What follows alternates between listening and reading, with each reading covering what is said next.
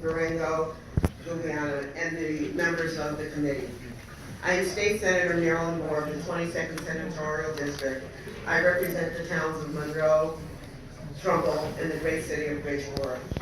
But I don't appear before this committee by myself. I am joined by some of my colleagues who represent Bridgeport, the largest urban area in Connecticut. We are here today in front of you to act in an act of unity, because we want to speak with one voice about what our community wants and where we want to go. As Senator Gomes has said, and I'm quite sure you've heard the story, Bridgeport is a great and proud city with a formidable industrial past. It used to generate so many manufacturing jobs that it was said you could leave one job in the morning and go get another job someplace else in the afternoon. Well, things changed. Many of our industrialized businesses left to go either to South America, Mexico, or Asia. And they left behind thousands of people without jobs, concentrating poverty in the urban areas. Instead of Bridgeport being a city that produced things to make America work, where a man or woman could work as hard as they wanted and take care of the family, we became a city of great need, where too many neighborhoods were plagued with poverty, crime, and blight. In the early 1990s, casino gambling into Connecticut, when Foxwoods and Mohegan Suns opened, the tribal compacts inked out between the state and the Mashantucket Pequots and the Mohegans in 1993 and 1994 respectively. Those compacts were airtight. They guaranteed the tribes the sole right to operate a casino on tribal land in exchange for paying the state of Connecticut 25% of revenues. But due to the great success of these two casinos in the early years, they soon developed interest in a third casino in Connecticut off tribal land, one that could take advantage of the lucrative New York gambling market. A bill was proposed right here in this General Assembly to accomplish this. Developers were interested in the site that easily accessible from New York by car, rail, and ferry. Major casino developers heated up interest in one location that could fit all of those requirements, and it was in Bridgeport. Locally, we were very excited. Lord knows we needed the jobs, and the city was struggling. And these developers promised us that if Connecticut were to allow one more casino, Bridgeport would get thousands of jobs in construction, service workers, dealers, accountants, and everything else a casino requires. We in Bridgeport got very excited, just like we are today. We held a referendum in 1995.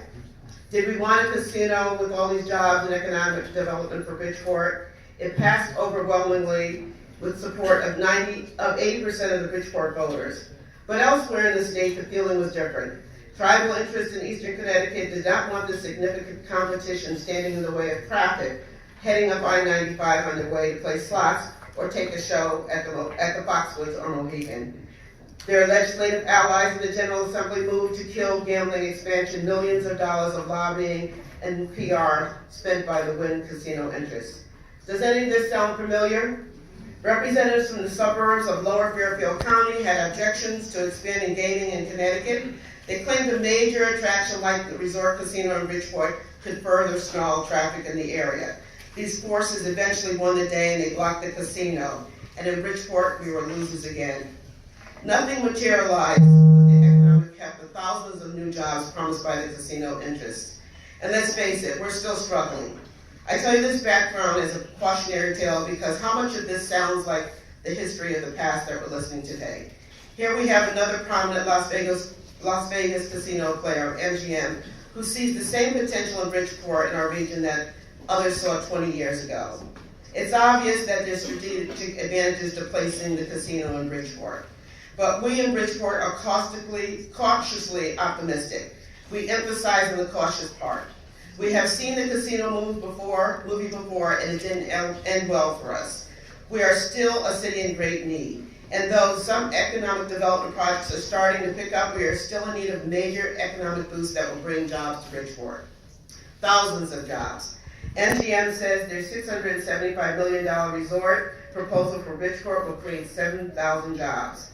MGM says these are good, high-paying jobs and may lead to other high school careers down the road. The Native American tribal nations trying to defend their turf say that's nonsense, and MGM is not serious about Bridgeport. But they also say if we expand gaming into Bridgeport, they want that too. We in Bridgeport are interested in major sustainable growth and economic development. I know you've heard Senator Gomes say over and over again, we want jobs. You've heard Representative Rosario say, we want jobs. But we need to be careful, but not to put all of our eggs in one basket. So, state revenues from slot machines at the Foxwoods and Mohegan have declined by nearly 50% over the last decade. In short, the casinos in Connecticut are not as much a slam dunk and economically as they had been in the 1980s. And if expanding gaming in Connecticut leads to that type of development in Bridgeport, then we are all for it. We want to increase the demand for economic development in Bridgeport because an expanded tax base will be good for our residents. We understand this could take years. In Massachusetts, the state legislature enacted a new law expanding commercial gambling and establishing a gaming commission with an open, competitive process for companies to submit bids for 3 new casinos. That's what we're asking for today. In Massachusetts, the law was changed in 2011, and here we are 7 years later with MGM Springfield getting started to set open in the fall. Every step took time. If we decide to expand operations off private land in Connecticut, then the fairness and most transparent way to do this is through a gaming commission, as done in other states. This would be a nonpartisan commission whose members would be appointed to the General Assembly, leadership, and by the governor. So if we're going to do it, let's do it right. An open, competitive bidding process for new casino expansion in Connecticut could increase the demand for places in Bridgeport because we have a lot to offer. We have a workforce, we need the development. Any company interested in building a major gaming facility in Bridgeport should show their commitment to our community by investing in Bridgeport now. Not waiting for legislation to be approved. The investment can lead to job creation. But let's assume we as a General Assembly enacted expand gaming in Connecticut. We want to protect the long-standing facilities that we have generated billions to our economy over the years. And we don't want to trade casino jobs in Bridgeport for 9,000 jobs currently existing in Mohegan and Foxwoods. I just want to mention to you that Senator Gomes and I met with the Attorney General to ask about some questions, because when we met with the tribes, they told us that they would hold funds if we opened up the compact. Well, when the compact was opened, it was opened when they opened up they agreed to open up the facility in East Windsor. So that is no longer true. The Attorney General also told me that they don't have a leg to stand on to withhold money if there is an open bid. The tribes also said they were interested in open bid process if there was a bidding. We want what's best for Connecticut, and we want most of all what's best for Bridgeport. The bottom line is who we represent in Bridgeport, the people that we talk to, at the end of the day, they want the jobs. We want to open up the bidding.